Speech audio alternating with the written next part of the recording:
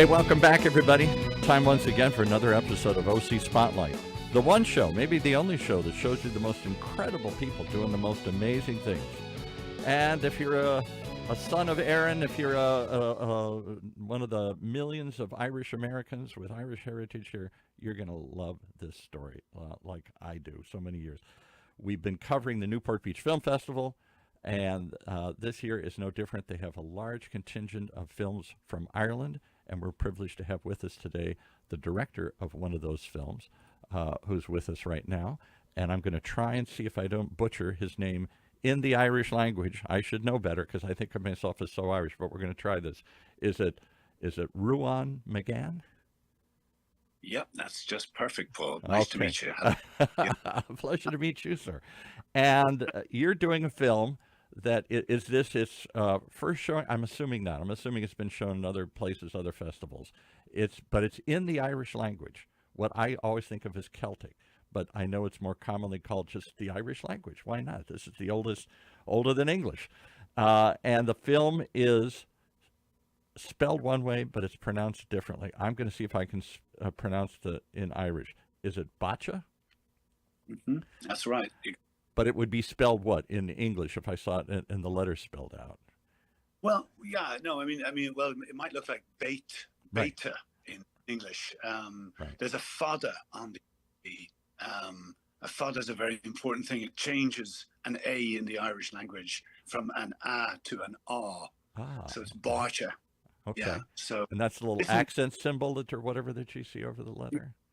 I only one tattoo, and I won't show it to you, but it's of my please my A. So because Ruan on the A there's a fada, an accent, and that accent is crucial to the language and how we pronounce things. So okay. It's very important. All right. Have you got the tattoo? Let's see it. Bring it up here. Is there any place we can see it? Anyway, so I love it. I'll say hello to you in Irish. Please do. Yes.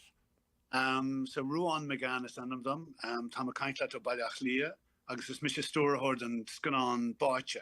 So my name is Ruan Magan. I'm talking to you from Dublin, Ireland, and I'm the director of the film we've just made called Bacha. And as to your question a moment ago, this is its US premiere in Newport. There you go. It'll be the second time the film's ever been shown anywhere. The first time was in Galway at the Galway Film Festival just a couple of months ago, where it won an award there. Mm-hmm. So we are so excited to be premiering it in the US, in California, in Newport. But also, actually, this is the launch of the film. This is the beginning of its journey. There you go. So I'm going to riff for just a second here because I'm so Irish, or I think of myself as so Irish, and yet I know so really little. I've only been to Ireland once here. I'm a fourth generation or third generation. Let's see, my great-grandfather came over during the famine, during the Irish famine, the terrible thing, and which I think was, I may have the numbers wrong, but it seems like it was like a third of the people died and a third of the people left and a third of the people stayed, something like that. It was a really horrendous moment in Irish history here. And so my distant relatives came over and started this progression. And they really, maybe they did speak Irish at that time. I wonder what they did speak in the 1840s. Probably, from my research, they probably didn't speak English when they came over. But certainly nobody ever spoke Irish. My grandparents, when I met them, or other relatives or something. Talk about is it fair to call it a revival or restoration of the original Irish language here? You know, I'm Cartigat. I'm not going to speak in Irish all the time, but Inishigas Reist, every now and again, I'll jump into Irish. Okay. Mar tá aviochen a tachter and tanga. There is a revival coming to the language at the moment, and you're absolutely right. Your ancestors could very well have been Irish speakers. It's so likely that they would have been fluent Irish and maybe with no English at all. Mm-hmm. A lot of the first Irish migrants who came to the US would not have had any English. They would have had to learn it as they went along. Mm-hmm. But what happened then after the famine, particularly, but also because of certain aspects of British rule in Ireland, one is that speaking Irish was not quite outlawed, but it wasn't. It was looked down upon. It wasn't an ideal language for commerce. So mm-hmm. if you wanted on the world, if you wanted to get ahead, you had to speak the language of those who were in control of the country. I'm sorry to say, yes, right. And in schools as well. Also, there was under British rule, there was no Irish taught in schools. So quickly, over a space of about a century, the Irish language just almost disappeared entirely. Right. And there was attempted revival back just before the Irish Revolution, but that it didn't do much to it, to be honest. So, And the only place I heard it survived is in the far western part, along the rugged coastline there, where English rule was probably its weakest. That was the last points of resistance of Irish history, as I've read. And those areas seemed to, there were pockets in what areas? I know the Aran Islands and off the coast, but other areas along the western coast is where it seemed to hold on. Yes, you're so right, Paul. It's in Donegal, in Mayo, Connemara, Galway, and West Kerry, and maybe parts of West Cork is where it hung on. And also then in these little funny pockets of houses, like our house in Dublin, where our family was so reared in the nationalist cause. My grandmother fought in the War of Independence, was in prison 3 times, went on hunger strike. She was very much part of the revolution. Wow. Her uncle was... This is in the 1920s, and then afterwards there was a civil war when not all of Ireland was released. Yeah. You have it exactly that. And her uncle was Michael O'Reilly. He was one of the founders of the Irish Volunteers. So they're very deeply nationalist people. So we were reared speaking Irish, which made us something of an oddity when I was young. I would say, yeah, like even in your own. Now I know that since the 70s or whatever, they've insisted that Irish be taught in the schools, but it did. I don't know how many people really speak it. They're probably far more. They have some understanding of it, and then just revert back to English, because it seems to be now the international language. Yeah. No, you're so right. There's something extraordinary though happening then in the last decade, where the younger generation have a huge interest in the language, and they've gained a passion for it, partly because of things called Gaelscoileanna, which are Irish language schools, but also there's a band called Kneecap. I don't know if you've heard of them. I have. Oh my goodness! And didn't they just get banned somewhere? They wear ski masks, and they're like a rap group or something here. Yeah. They're rapping in Irish, and their film won a big award in at Sundance there last year. And then you have TG Car, which is an Irish language channel, and because of TG Car, you have this sort of series of movies that have been made over the last 6 years, of which this is one they call Cine Car, Film 4 in Irish. And one of those films, Colleen Kuhn, 2 years ago, was nominated for an Oscar as Best Picture. So there's been this sudden revival of the language. And I'm surprised how many I'm sorry to cut you off, how many other what we'll know as famous Irish actors. Who's the guy that was in Oppenheimer? Cillian, however you say his name. Killian? Yeah. But didn't he start in Irish films, or hasn't he done Irish films, or did I get that wrong? I thought some of these guys have actually performed in both languages, Yeah, I mean, Brendan Gleeson has performed in Irish. Yeah, right. Yeah, and it's funny. I mean, even several of our cast members in BAITE weren't native Irish speakers, but there's now such a passion for the language. They're going, well, I can work in Irish, no problem, you know. Why not? Why not? They would have some Irish from school, but it takes a lot of work by an actor to take on a language that they're not fluent in, as well as act brilliantly in the movie. So incredible courage is being shown by actors and by producers and by writers who are now suddenly going, okay, well, let's see if we can work in the language. And to your question, we were talking just off air there a moment ago, that there is now a market for. You would have imagined this 10 years ago. That's what I'm guessing. I'm trying to be polite and say, is there a market for this yet? Has it caught on enough? I know that I was doing some research, and they said even in the States here, there are people holding these. You said it. I can't say it, but to me, it looked like gall talk. But that places where you go and you just hang out and practice the language and talk in the language. Yeah. Exactly. There's that at bars or parties or places, just people trying to revive this, restore it. Yeah, and live like make the Irish language a living tongue. It had exactly. Breathe life back into it. Right. So, is there a market for this? Is there enough Irish speakers to react to this, or how do people who aren't Irish speakers react to it? I wonder if obviously it's people who are interested in the Irish language, but I think also what's going on is people find it interesting to see, because when you put on your Irish mind in Irish and create in Irish, the product is going to be different to what it will be in English. because the English mind is different. I mean, a lot of people talk about, well, what makes the Irish particularly good storytellers or good writers. Absolutely. Makers is this bilingual, or the duality of the mind, and how the mind works in both English and Irish, that we're constantly translating between these two mindsets. Mm-hmm. Even if you don't Irish, you think that way. You see the world through Irish. It's a different lens. So when you make a film in Irish, it just feels it has a different perspective. You're not going to see that in any other language ever. You won't see it. It's not a translation from English. It's a purely Irish film. And I wonder. So I had the same experience when I was a kid. I studied in college. I studied Latin. I don't know why I decided to take Latin. I thought it would be interesting. It was totally not useful for anything in life here.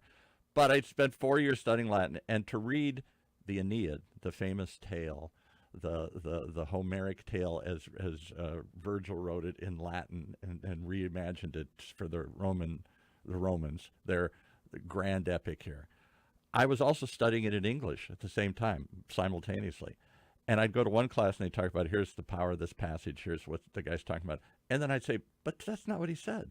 It's a little different. It had a different flavor. When you read anything in the original language, is my point, there is a different feeling to it. And I wonder if everything translates easily, if the same feeling and flavor, you get what's happening, but do you really get, there's certain words in Latin that just rhymed, but they don't rhyme when you do them in English. There's a certain flow to the language in its original form that you fail to pick up the beauty of it, the subtlety of it. I wonder if it must be the same in Irish here.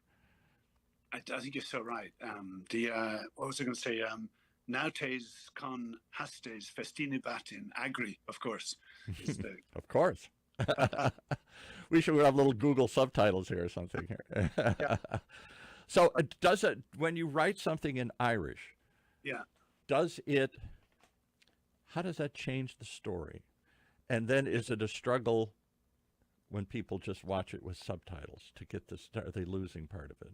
We went to a lot of effort to, like the translation, the subtitles when you watch the movie, they're not a direct translation of the Irish. Right. So we've worked a lot to try and get the idiom and get the flavor of what we're saying, as opposed to what's actually specifically being said. And because it's exactly that. Two different languages work in different ways. I think like the Barshish is set in the 1970s. It's a story of a young woman who's running a bar. She's got some siblings. They want to sell the bar because their parents had died and they want to get the inheritance for different reasons. And so she's struggling to try and convince them that this is a going concern and she can make it work. She's the youngest of the family. Mm-hmm. And as that is going on, suddenly a body turns up at the side of a lake. And the question is, as we say in English, dun, dun, dun, you know. It's going to have, you know, as they sort of tease out who this woman is that's been found, it has massive impact on this family.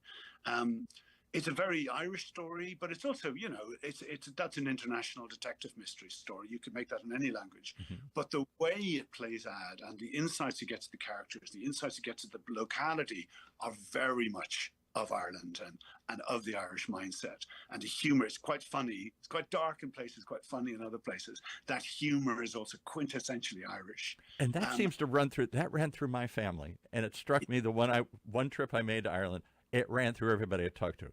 The funniest group of people I've ever met, but always a mixture between happy and sad, between dark and light.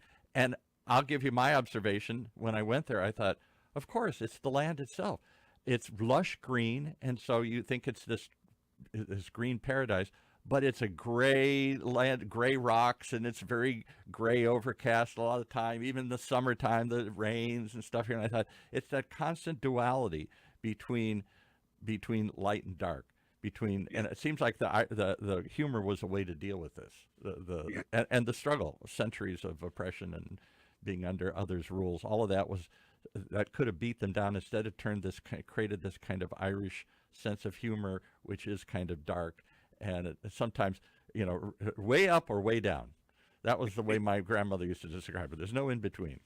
Yeah, it's funny. It's so the writer of the film, Sheena Lambert, and the producer, Siobhan Nigara, are both rooted in Connemara, with a very, very western edge in Galway, right? And they know that landscape very well. It's a rugged, it's a rough place. Yes. It's a mountain it's where we filmed the film. So the landscapes are incredible in this movie. You just like it's you even just go see the landscapes and Right. nothing else. The cliffs of Moher, which isn't in Connemara, I don't think it's further south, but wherever it is, that kind of rugged, where the land meets the sea, and there's these cliffs and rugged and really kind of desolate areas, it seems like. Yeah. So, but their perspective, Siobhan and Sheena's, is very much foundational to the film. Mm-hmm. So you're getting into that mindset that you've just described there. You're getting into that place that is on the very, very edge of and got that darkness and light that keeps changing and keeps altering. Yeah. And that's what I think people find fascinating. That's what I found and drawn to the Irish culture and Irish heritage that I have here. And it's something that somehow has run through my family. I don't know why it's survived through 3-4 generations. You'd think it would be all gone. But I definitely understood my family and myself better when I went back to Ireland and kind of saw the land and saw the people. And I'll give you another strange example, just for whatever its reason. We're driving through a little town in southwestern Ireland, somewhere near around the Dingle Peninsula or something. And we go into a pub. Everybody goes into a pub in Ireland. It's the centerpiece of every little village here. And we asked somebody, how far is it to the next village? Which seems like it's 10 kilometers or something. And everybody in the pub said, I said, how far is it? Everybody said, I don't know. I said, you don't know? It's like, it says 10 kilometers. That's less than 5, 6, 7 miles. I've never been there. And you think how provincial, they've just lived in this little town. And yet they can recite Keats and Yeats and poetry and history and all. So in one sense, they're the most learned people I've ever met, the most worldly people I've ever met. And in the other sense, they're the most isolated and, in their own little community here and never venture to. In their mind, they go around the world. In their life, they never go for 2 or 3 miles in these little windy roads. I hate to tell you, I have a suspicion they were winding you up. Could be. Well, that's part of the Irish too. You're pulling your leg here. Yeah, that could be. So I came up with this grand impression based on that one exchange here. Over to China, down to South Africa all the time. Yeah, that's not there. Yeah, but when you walk in with your accent, they'll give you all that stuff. Yeah. Well, that's probably true too. Well, anyway, I find it fascinating that an Irish film can play, and maybe it should, because in Orange County, very few people realize I'm a big history buff. Orange County itself, which doesn't go back really that far, it was pretty just agricultural 100 years ago, just giant ranches and stuff here, oranges they grew. It was a huge Irish population here, and the little remnants left. The Brothers of St. Patrick up in Midway City, is a group of, what are they, brothers, I guess, so they're not monks or anything. And they came over from Ireland, and they taught a couple of the big Catholic high schools here. There's a couple of huge Catholic high schools. In Orange County, I believe there's 3.5 million people. I believe a third of them are Catholic. It's one of the most Catholic counties I've ever been in. And a lot of that comes from the Irish that settled here. And if you go up to now, which is Little Saigon in Westminster, there are all these churches with Irish, named after Irish saints, and the streets are called Dublin and all this other. And here now it's a 100% Vietnamese community, but were founded by the Garden Groves and Westminster were all settled by Irish people. Steve Martin, the comedian's from Garden Grove, that's an Irish name, very Irish-looking guy. So it was at one time a rather Irish community. I don't think you'd see much of it today. It's mostly Hispanic and Persian and Philippine and every ethnicity that you can think of under the sun here. The Irish have shrunk in their visibility here, but why not? Why not try and plant the flag and get people interested? Last year was the first year I saw the festival. Actually, Greg Schwenk, who's not an Irish guy, I had in here, and I said, why are you doing Irish films? He said, I don't know, I just love them. They're the greatest storytellers in the world. And so he's always brought over a contingent of Irish films, but I think they were always in English. Now, last year was the first time he brought over one, and it just knocked everybody's socks off, me included. So what can we expect, or what do you expect in this showing of this Irish film? This Sunday, by the way, over by Fashion Island, go look up the Newport Beach Film Festival. You can see there's a whole bunch of Irish films, but I think this is the only one in Irish. Well, please come along. I think the audiences we had in Galway were just... What we found so stunning was they cried and they laughed and then they laughed and they cried. And they did a lot of crying and they were shocked and they jumped out of their seats and it got standing ovation. So There you go. you don't know if a film's going to land. You just don't. You make a film, you hope it's going to land well. But we were all stunned by how much the audiences loved it. And you've got to imagine that 90% of the people in that audience do not speak Irish. Yeah, right? So exactly. So it's not the language doesn't get in the way of experiencing the film. I can't wait to see how it plays for an American audience. I'm dying to see this. And I'll tell you another thing, and I'm going to show again my provincial nature here. America, we're all America-centric here. We think the world thinks just like us. And so I don't, generally watch things with subtitles. And yet, look at the Academy Awards, how it's grown. Look at my own community here. The huge section of Orange County doesn't speak English. Hispanic, Farsi, other languages, Tagalog, or however you say the Philippine language. I think more and more people are used to languages and looking for it, eager to see foreign language films. The Academy Awards has certainly grown that. And I don't think I took my grandson, who's now fifth generation Irish here, and who's half Hispanic. He speaks Spanish and English. He didn't find anything unusual about watching subtitles. He enjoyed the film greatly. He's 10. And so there's a barrier I think some older Americans have to seeing subtitles, to trying to understand a foreign film. I think that's largely disappearing.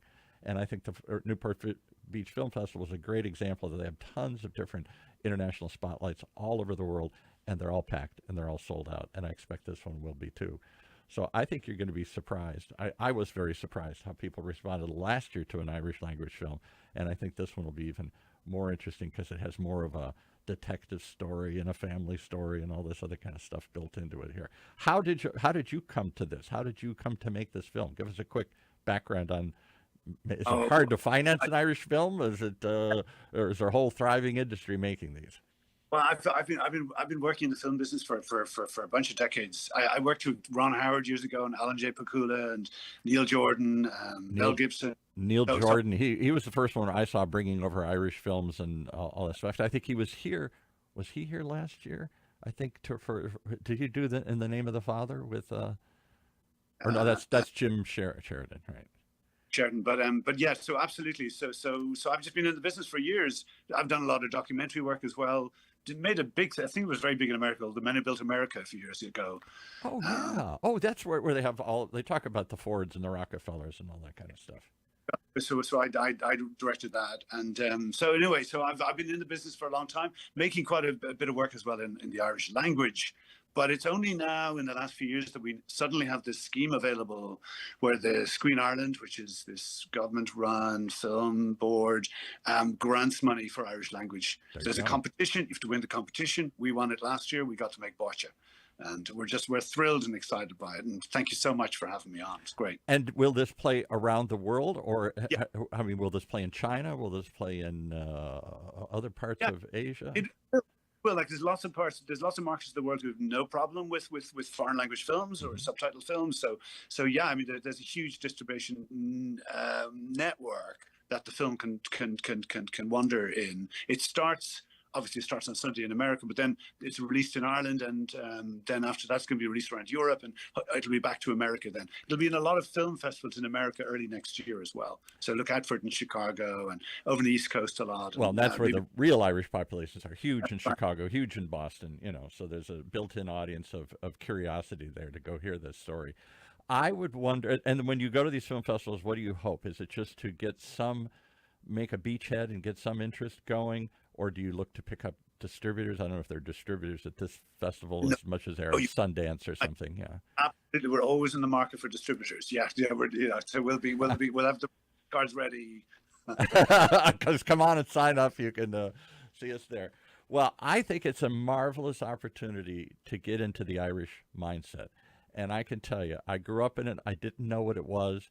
But when I went to Ireland and then saw it from the outside, I said, I recognized it in myself. I recognized it in my family. And it's a love of story. There's always a kind of happy and sad, light and dark aspect to it here. And it's an outlook in life that I suspect a lot of Americans will relate to and remember, if nothing else, because so many of us, I've forgotten what percentage of Americans have an Irish heritage, but it's a huge number. And I think there's going to be a huge opportunity right here in Orange County that once had a huge population of Irish people to come and see a sense. And I think that by sensing somebody else, that's the other thing I find in all foreign films, whether it's this film or the Spanish language films or the Indian or the Vietnamese films or whatever that they showcase at this, you get a chance to understand somebody outside of yourself. And that's the power of these festivals. Not everybody thinks like we do, or you do, or any of us do.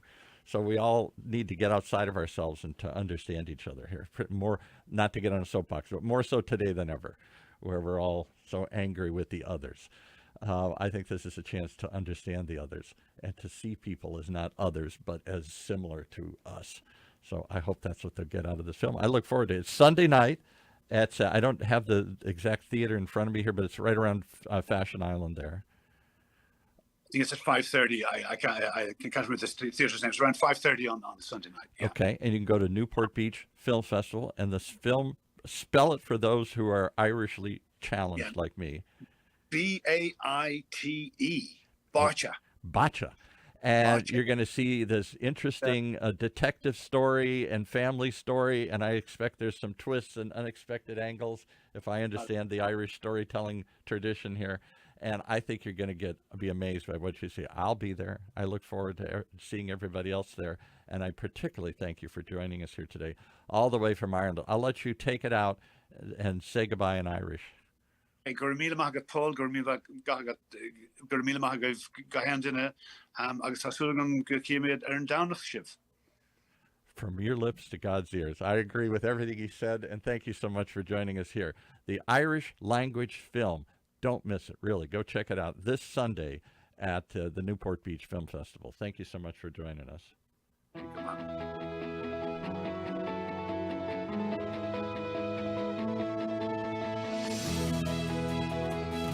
Well, like a true Irishman, I could go on and on and on and talk more and more about this, but come and see it for yourself. Don't miss this opportunity, a rare opportunity, a special chance to see not just a fascinating film and a great story, but in the original Irish language. Why not? Right here in Orange County's only community radio station.